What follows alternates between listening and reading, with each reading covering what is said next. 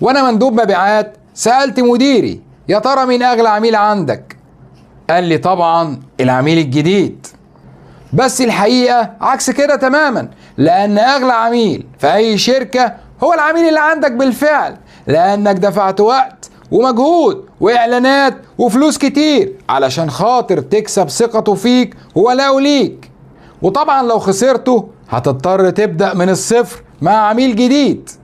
شركات كتير بتصرف آلاف وملايين علشان خاطر تجيب عميل جديد، ومع ده بتهمل العميل اللي موجود عندها، وده بالظبط كأنها بتملى برميل مخروم بمية.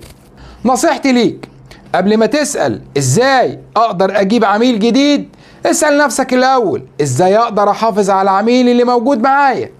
انا دكتور شريف العزب، وافتكر فكرة واحدة صح ممكن تغير كل حاجة.